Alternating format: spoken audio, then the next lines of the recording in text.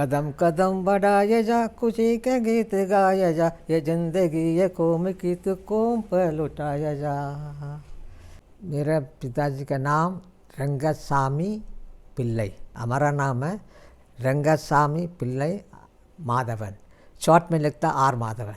मैं तो बर्मा में जन्म लिया था 1926 में। मेरा बाप दादा तो मदुरई का रहने वाला है, दक्षिण भारत का। पहले ज़माना में दादाजी रंगून गया था, वहाँ जाकर बिजनेस करता था। पिताजी सीरियम डिस्ट्रिक्ट में उसी अस्पताल में कंपाउंडर का काम कर रहा था। 1942 वार शुरू हो गया था बर्मा में भी, जापानीज लोग बम्बार्ड करा था।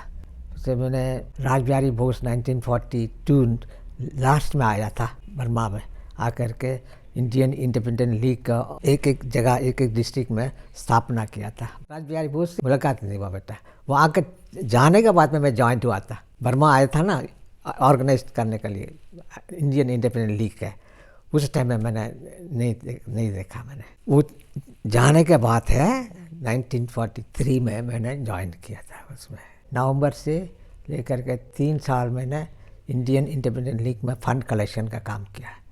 इसके बाद में मैंने रिक्रूटमेंट में थोड़े काम किया था।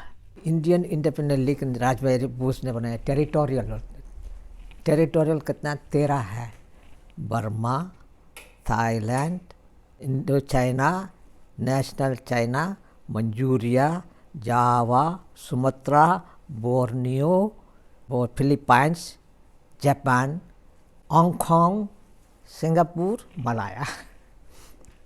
इतना देश से पैसा आता था नेताजी का, कमी नहीं है। पैसा देने वाला कोई बोलता हम तो हिंदू है, हम वो है, हम ये है, हम मुसलमान है, कोई भेदभाव नहीं है ना। हम तो हमारा देश आज़ाद कर लिए दे रहे, एक ही मन का भावना से दे रहा था। वो टाइम में कोई फ़र्क नहीं करता बेटा, किसी के पास अपने भाई बहन का में भी जिया हम लोग, हमारे ज़िंदगी में ना ऐसा जिया। नेताजी का यूथ फंड के लिए बहुत काम किया हम लोग का। हर एक डिस्ट्रिक्ट है तो हर एक पास चले जाते हम लोग का कलेक्शन करने का, ऐसा नहीं। हर एक अपने हिंदुस्तानी लोग है, उनका पास पैसा हम लोग कलेक्शन करता था। वो लोग भी खुशी से पैसा दे देता था, कोई मना नहीं करता था। नेताजी का नाम बोलते इतने प्यार से, ले जाओ कितना चाहिए तो ले जाओ, क्या चाहिए, धन मन संपत्ति उन लोगों से दे देता था। कोई कमी नहीं। हिंदुस्तानी बाहर के कितने हिंदुस्तानी हैं, नेताजी के सपोर्ट करने में तो ज़्यादा सपोर्ट किया हम लोग। ये पैसा को हम लोग ले जा करके आज़ाद हिंद बैंक है, उसी में जा करके जमा करना पड़ता है। वो पैसा सब जा करके आज़ाद हिंद गवर्नमेंट का हाथ में चले जाता बैंक से। वो लोग उसी से वो लोग को ये पैसा ले करके आने वाले के तनख्वाह, आने वाले का यूनिफॉर्म, उसका मेडिकल, सब चीज़ यही पैसा है। वो फंड कलेक्शन किया था ना, वही पैसा वो लोग यूज़ करता। नेताजी कोई बाहर देश से हाथ फैला नहीं है। वो अपनी हिंदुस्तानी की ताकत से उन्होंने लड़ा था, धन मन संपत्ति दे करके। सरकार इंडियन इंडिपेंडेंट लीग, ये सरकार। Netaji head of the state, prime minister, minister of war and foreign affairs. इसके बाद में आनंद मोहन शाही, मिनिस्टेरियल रैंक इसका। Karim Gani, member of the provisional government of Azad Hind.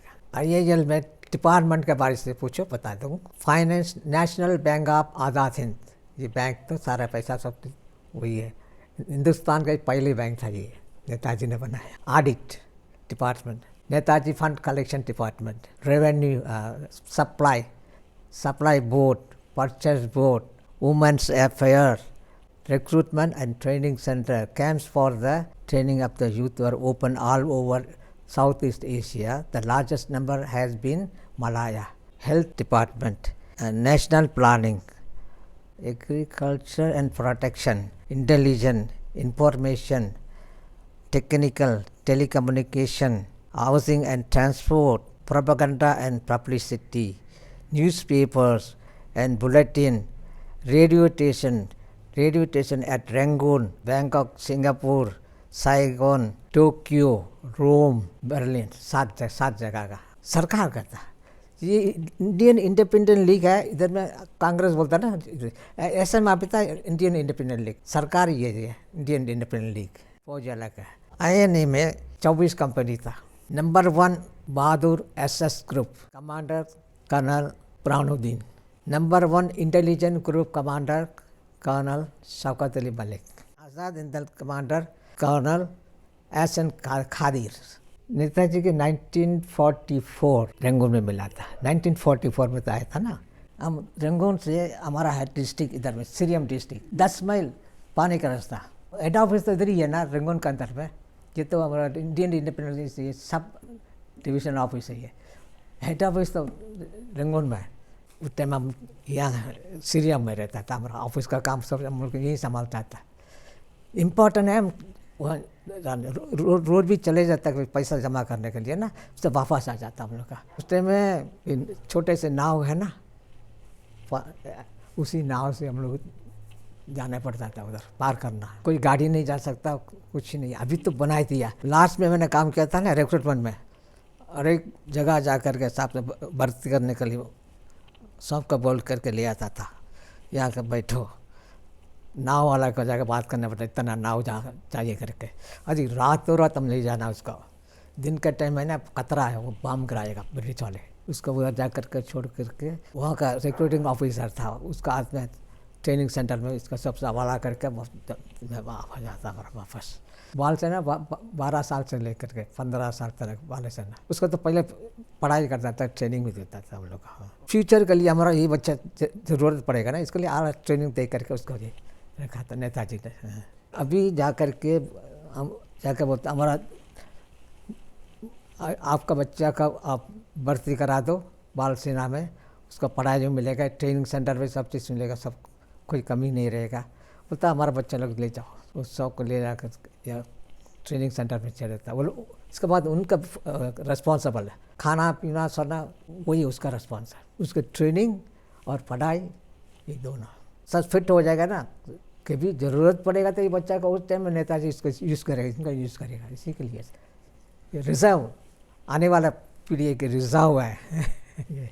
आज़ादी तुम्हारा खून का कुर्बानी मांगती है, इसके दरवाजे पर तुमको सब कुछ निछावर करना होगा। आज़ादी तुम्हारा खून की कुर्बानी मांगती है, इसके दरवाजे पर तुमको सब कुछ निछावर करना होगा। अपनी जान, अपनी दौलत, अपने औलाद, अलरगज सब कुछ तुमने अब तक सब कुछ दिया। सोने चांदी के खजाने, फटकते दिल तड़कते बाजू, मगर आज़ादी की प्यास मगज इतने में ही नहीं बुझती।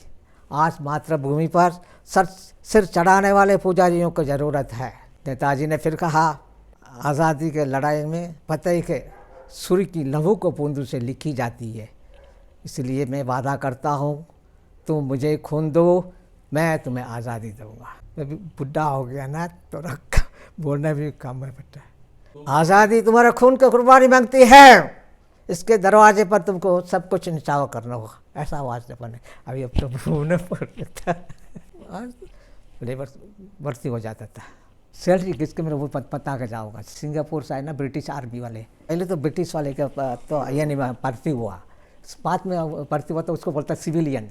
सिविलियन के लिए लीग वाला हम भी पैसा नहीं, फ्री फंड में काम किया हम लोग का सब।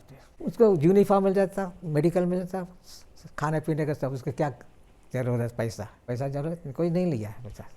मैं तो लीग का आदमी है ना, मतलब आज़ाद लीग का आदमी है। मतलब यूथ में जाने का हमारा ये नहीं, हमारा सिर्फ ड्यूटी है फंड कलेक्शन करना यूथ के लिए, यही हमारा सेवा है। हिंदुस्तान आज़ाद होने से हम भी हिंदुस्तान आ जाएगा अपने देश में, कि दूसरी देश में जा कर के क्यों बैठो। वही है मन में था, आज़ाद हो जाएगा हम तो अपने देश में चले जाएगा, अपने आनंद से जिएगा करके सोचा था। वो आनंद से पूरा नहीं मिला। बर्मा को कैप्चर किया था जापानियों ने। जापानी कैप्चर करने के बाद में खाना पीना, जैसे मद्रास में कैसा स्टार्वेशन हुआ था, इसी हिसाब से तब बर्मा हो गया। कोई दवाई नहीं, कुछ भी नहीं, कपड़ा नहीं, जापानी का। नेताजी आ गया। नेताजी आने के बाद में हम लोग जान भी बचा बेटा। वो उनसे बर्मिश लोग है ना, जापानी के साथ तय करके कत्ल कर देता, लूट मार देता। नेताजी आने के बाद में हमारा जान बच गया। हम लोग तो अभी तो किसी का कोई दुख नहीं देने वाला नहीं है अभी। और नेताजी जापानी का बोलता है, ये हमारा हिंदुस्तानी है, ये विदेशी नहीं है, इससे हाथ लगाना नहीं लगाना।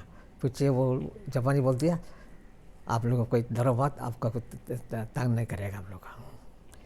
अब तो आनंद से जिया था वो नेताजी जाने तक। नेताजी बोलते ये सब हमारा आदमी है, हिंदुस्तानी है। तब जाकर वो समझा और नेताजी का आदमी है। वो जापानी बोलेगा, हे खुरा नेताजी, हे खुरा नेताजी। कब हमारे सर पे बम गिराएगा, किस समय नहीं बोल सकता, हमारा आत्मा जाएगा करके, ये पैसा ये आज़ादी का डोनेशन कर दो, ऐसे डोनेशन कर दिया नेताजी का। कोई ठिकाना नहीं ना, इतना बम गिराता पड़ से। बहुत बच गया था हम लोग भी। मेरे घर के पीछे बहुत बड़ा बम किया था, बहुत बड़ा तालाब बन गया पीछे। किसी के चोट नहीं हुआ, किसी के पर वाला ने बचा दिया। हमारा ऑफिस भी उधर ही है।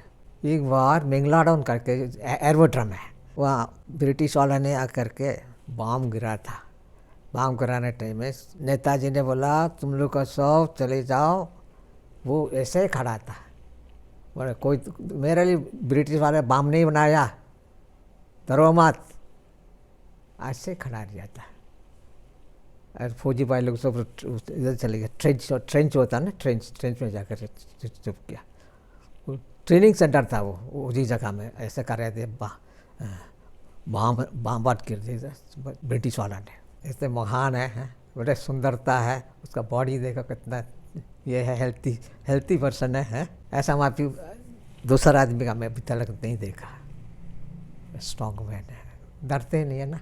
नेताजी तो हम लोग का है क्या बोलते थे, सोना में तोड़ा था 1943 में जुबली हॉल में। उस टाइम में बहुत भीड़ है। उस समय हम लोग का इतना दूर से नज़दीक से बात नहीं किया, क्यों झूठ बोलो, इतने महान से जा करके। वो तो आज ऐसे करता था नहीं करके। नेताजी के त्रास में खड़ा किया, एक त्रास में सोने 80 किलो था नेताजी का वेट। इक्वल वैलेट ऑफ उसका वेट का बराबर है उसका तोला था जुबली हॉल में। हम लोग को उसका देख करके, नेताजी को देख करके इतना खुश है, इतने मकान, इतना सुंदर है उसका चेहरा। अभी भी नेताजी का देखने जाते थे, दिल कहाँ देख सकता बेटा इसी मकान का। एक जगह नेताजी जाने से इतना हिंदुस्तानी लोग को कितने दबा हुआ था बर्मा में, उसको दिल खुश हो जाता। यही हमारे देश का आज़ाद करने वाला है राज। अच्छा बात क्या। 1945 अप्रैल 24 तो 25 में नेताजी बर्मा छोड़ कर चले गया था। बर्मा छोड़ करके बैंकॉक गया। कम से 3 हफ्ता लगा बैंकॉक जाने में पैदल। तो वहाँ से तो सिंगापुर गया था नेताजी। इसके बाद हम लोग तो मिला नहीं नेताजी का। प्लेन क्रैश करके बता रहा था ना, विश्वास हो गया बेटा, प्लेन क्रैश से मर गया। अब्दुल रहमान उसके साथ है ना, ये आखिरी तक अब्दुल रहमान था। वो नेताजी का अस्थि का जापान से लेकर आया था। आकर के जाकर खबर बताया था नेताजी मर गया। वो टेंगोजी टेम्पल में सारा चीज़ उधर है। वो अभी साहब कभी झूठ नहीं बोलेगा, वो बोलेगा, कोई गलत बात नहीं करेगा। एक अपने नेता मर गया, झूठ नहीं बोलेगा, सच्चाई बोले। मैं मानता हूँ उस अभी साहब का बात मानता, अबीपुर रहमान का। वो साथ में जब उसका भी तो आग लग गया प्लेन में, नेताजी का ज़्यादा लग गया था इसलिए मर गया। सरेंडर होने के बाद में सबको पकड़ के जेल में डाल दिया। मलेशिया से आया सिंगापुर में, उनके क्या किया, उनके ले करके उनके देश में जा करके जेल में डाल दिया। बर्मा में है वहाँ का पैदाइशी लोग का, वहाँ रेंगून में रेंगून जेल पे। दूसरे सब अलग अलग लेके चले गए। मुल्तान जेल लेके गया, किसी के जिक्र गच्चा बांग्लादेश में है, नीलगंज जेल, और वहाँ का सिंगापुर, मलेशिया उधर लेके चले गए। मेरा कभी रात को रात आकर के पकड़ कर ले चले गए। हम भी जेल काटा 20 से दिसंबर तक 8 महीने। मैं तो ब्रिटिश वाले का अगेंस्ट है ना, मैं नेताजी का आदमी हूँ, मेरे को कैसा छोड़ेगा वो। ब्रिटिश का जासूस जो है ना बर्मा में ज़्यादा है, वो जासूस उनका वहाँ से नेताजी का आदमी इधर है इधर है उधर है इधर लीक का आदमी इधर है यानी क्या है वो सब खबर दे देता है। रंगून जेल में खाना पीना क्या है टॉर्चर तो मिला हम लोग का। देश आज़ाद होने टाइम तो मन का तो खुश हो जाता ना हम तो ठीक है इतना दिन तब तो गुलामी रिया हाँ अभी तो जंजीर टूट गया अभी कहीं भी जाओ कहीं भी आओ कोई पूछने का कुछ नहीं है। नेताजी जिंदा होने से भारत दो टुकड़ा नहीं हो सकता एक ही भारत रहेगा एक अभी तो दो टुकड़ा कर दिया है क्या करके क्या फ़ायदा हमको। हाँ दोनों भाई को टूटा दिया एक घर था दो घर बन गया दो घर बन के क्या फ़ायदा नहीं होना चाहिए। नेताजी जिंदा होने से भारत दो टुकड़ा नहीं हो सकता। कदम कदम बढ़ाए जा खुशी के गीत गाया जा ये जिंदगी ये कौम की तो कौम पर लुटाया जा। कदम कदम बढ़ाया जा खुशी के गीत गाया जा ये जिंदगी ये कौम की तो कौम पर लुटाया जा। तू शेर हिंद आगे बढ़ मरने से फिर भी तू ना डर उठा के दुश्मनों का सर जो से वदन बढ़ाया जा। कदम कदम बढ़ाया जा खुशी के गीत गाया जा ये जिंदगी है कौम की तो कौम पर लुटाया जा। तेरी हिम्मत बढ़ती रहे खुदा तेरे सुनता रहे जो सामने अड़े तेरे तू खाक में मिलाया जा खाक में मिलाया जा। कदम कदम बढ़ाया जा खुशी के गीत गाया जा ये जिंदगी है कौम की तो कौम पर लुटाया जा। चलो दिल्ली पुकार के कौमी निशान संभाल के लाल किले पे गाट के लहराया जा। कदम कदम बढ़ाया जा खुशी के गीत गाया जा ये जिंदगी है कौम की तो कौम पर लुटाया जा। भारत को मैंने आया था 1971 में लास्ट मई में आया था। बर्मा में तो क्या हुआ बोलने से मिलिट्री शासन हो गया। मिलिट्री शासन होने के बाद में हिंदुस्तानी का कारोबार वगैरह वो नेशनलाइज कर जाता है। कारोबार भी कुछ नहीं कर सकता किसी के पास जाकर नौकरी करना बस नौकरी क्या कर सकता है। आर्मी गवर्नमेंट आने के पहले से जर्मन एम्बेसी में काम किया। जर्मन एम्बेसी में काम करते करते पीछे 1964 में हिंदुस्तानी लोगों को धीरे धीरे बर्मा से निकालने का शुरू कर दिया। महीना में 3-4 पानी का जहाज आ जाता अपने हिंदुस्तानी सबको हिंदुस्तान लेकर आ जाता। 2-3 साल का बाद में लेटर आया था मेरे दोस्त से हिंदुस्तान आना तो सोच समझ कर आ जाना मगर इधर आसान नहीं है काम मिलने का और बहुत तकलीफ से जी रहा हूँ खाने पीने का। पीछे एम्बेसी में मैं जर्मनी का बोला आप मेरा तनख्वाह का जर्मनी है रोक दो मेरे को यहाँ पैसा ज़रूरत नहीं है मेरे पास पैसा बहुत है मैं इस चीज़ से संभाल दूँगा। 3 साल मैंने तनख्वाह नहीं लिया। वो पैसे मद्रास आने के बाद में मेरे का कौंसलेट से बैंक से लोगों ने निकाल कर दिया मेरे का पैसा नहीं उस तो मेरा बहुत परेशानी हो जाए। मेरा 8 बज जाता उस टाइम स्टार्वेशन टाइम था मद्रास में उस टाइम में खाने पीने का 1971 में हमारा तो मद्रास देखते मेरे कलेजा फट गया। 8 बच्चा कैसा जिएगा। पैसा भी जर्मन एम्बेसी से वापस हाथ में आने के लिए 2 महीना लगा मेरे का। 2 महीना के बाद में पैसा लेकर के मकान बनाया बच्चा लोग का लिए सब चीज़ अच्छे दोस्त उन्होंने चिट्ठी लिखा सोच समझ कर आना जल्दीबाजी करके नहीं आना। इससे मैंने सोचा सोने से क्या कर पैसा से इस्तेमाल करूँ अपने हाथ में है पैसा है उसका खर्चा किया। यहाँ आकर मैंने काम ढूंढा था काम नहीं मिल रहा था। पीछे ड्राइविंग का काम किया ट्रक चलाया वो सब यहाँ खा लिया हजम कर दिया। पीछे मैंने भी ट्राई किया था करके बोलता इधर प्रॉपर्टी के बारे से कोई इधर नहीं आना चाहिए ज़्यादा करेगा जान का खतरा है। 600 एकड़ ज़मीन खेत के ज़मीन और वो गांव भी है दादा का 40 किलोमीटर मदुरई से 40 किलोमीटर का। पीछे काम करते यहाँ से दिल्ली से एक दोस्त आया था बोलता आप क्या कर रहे हैं इधर में आप दिल्ली आ जाना इधर आपने मर जाएगा या इतना मुश्किल है मद्रास में जीने का दिल्ली आ जाओ।